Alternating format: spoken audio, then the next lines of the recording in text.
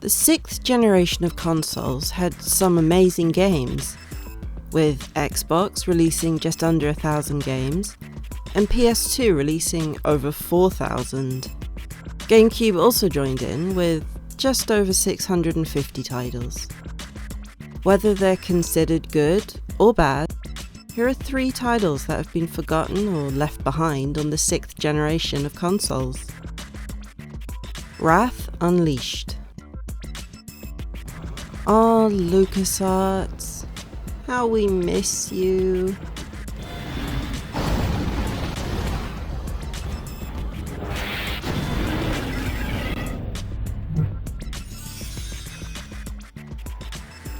Wrath Unleashed was unleashed in 2004 and is a turn-based strategy game. This is another game where the sound mixing is a little off. And fire, the nexus of an eternal war waged between... So we have 4 characters we can play as. A water goddess, who is light order. Steadfast purity of Christ. A fire god, who is light chaos.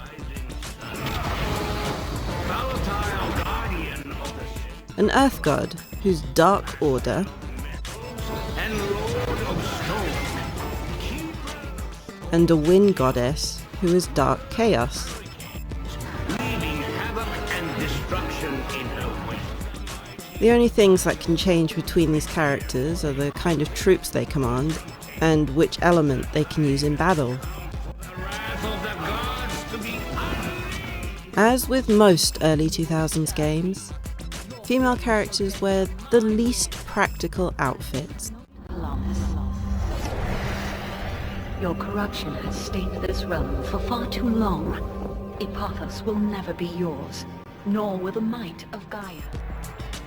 This is definitely a game where reading the booklet is a must. I was thrown into a battle and had no idea what I was supposed to do, but after a few turns I got the hang of it.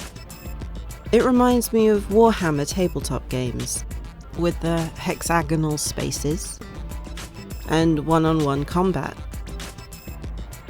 Once I engaged an enemy, the camera would zoom in, and I could control my creature in the style of a fighting game.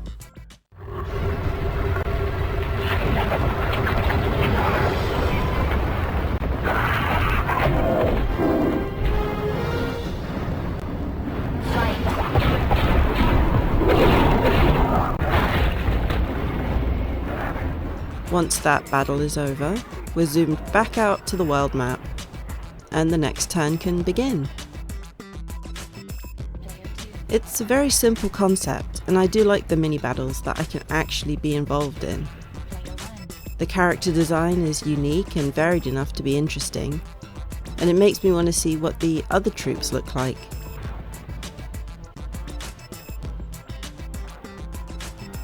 Just maybe they should invest in hoodies or something. It looks chilly floating around in space. I should have known that wicked succubus was behind this.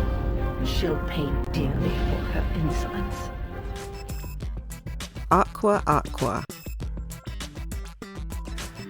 Released in 2000, this made me laugh, but not for any real comedic reason, because it was a puzzle game with a huge learning curve. The beginning cutscene didn't make much sense.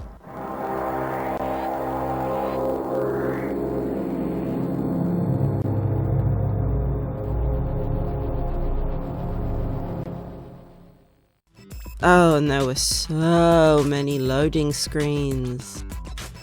In order to understand how you play, you have to do an 8-part tutorial.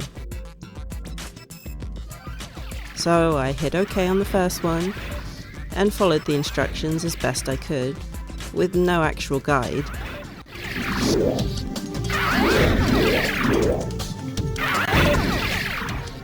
I had left a tiny gap in the perimeter while attempting to place pieces, but the controls are so janky. And I failed. Okay, maybe I can just get into a game. It's about making little lakes and not letting any water leak. I should have kept going with the tutorial. Fireballs? Bombs? What's the difference between red pieces and green pieces? Why is this little guy drowning in a test tube? Is the red one helping or just wandering around having pieces dropped on its head? So many questions in such a short amount of gameplay. So I think I'll leave this one to the puzzle aficionados. Game over. Space Invaders Invasion Day. Released between 2002 and 2004 across multiple regions and platforms, I think I'd heard a little about this game in the past, but it didn't prepare me for what was to come.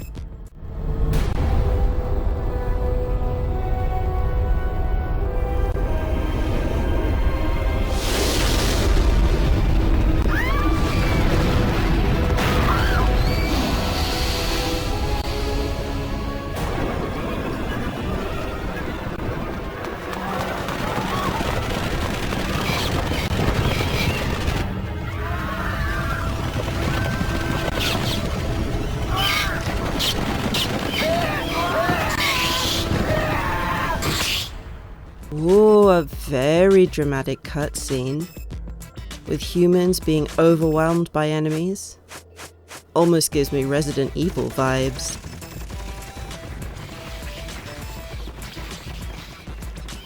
No idea who these people are, or if they're relevant, but maybe all will be revealed.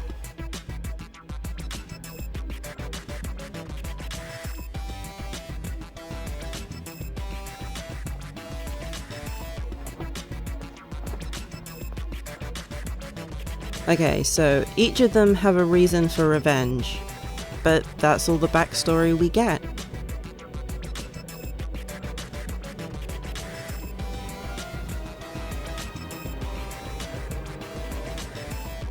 Ah, finally some names, but I don't think there'll be a massive difference in gameplay, depending on which character I pick. And here we are, possibly the biggest anticlimax in a game. If I said 3D Space Invaders, where would your mind go? Probably not this direction. We can only move left and right. And there are two kinds of weapons, a pea-shooting rifle and a special attack which looks like a laser wave of some kind. You can hold down the fire button, but it's super slow, so tapping is more effective. We can also throw grenades, but they're limited and I have no idea how to replenish them. There are a few drops that look like capsules, but their contents are mysterious unless you read the booklet. I know you can get a speed boost capsule, which just makes you run left and right a little faster. And there's a weapon upgrade for a short time too.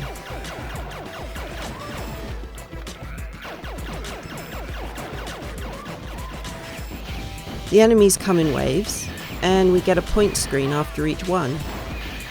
So, every 20 to 60 seconds. They don't let you know how many waves or stages there are, just that there's a boss at the end.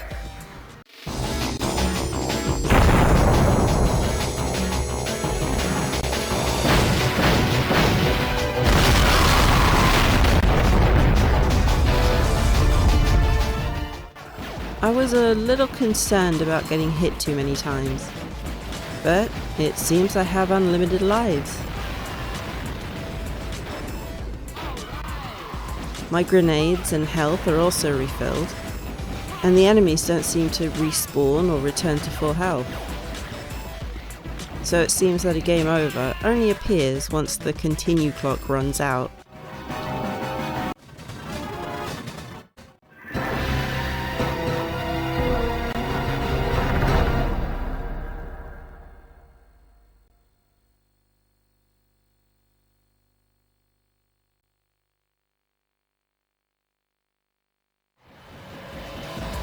Oh, and every hero needs a great one-liner after beating a boss, right?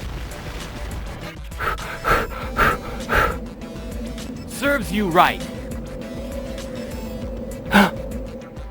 I did burst out laughing on one stage, as a little glowing orb hit me and made me shrink. It didn't seem to affect my speed or shooting, so it was just amusing to be tiny. That's pretty much the rest of the game. Different environments and different enemies and bosses. But no movement other than left and right.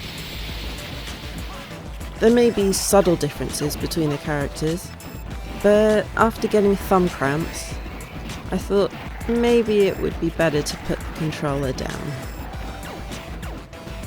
So there are 3 forgotten games I discovered in my collection. Have you played any of these? Weirdly, I think I had the most fun with Space Invaders, but I don't think I'll be playing it again anytime soon. Darn! Anyone alive? This was fun. Let's do it again sometime. Oh, and don't forget to press your favourite combination of buttons down below.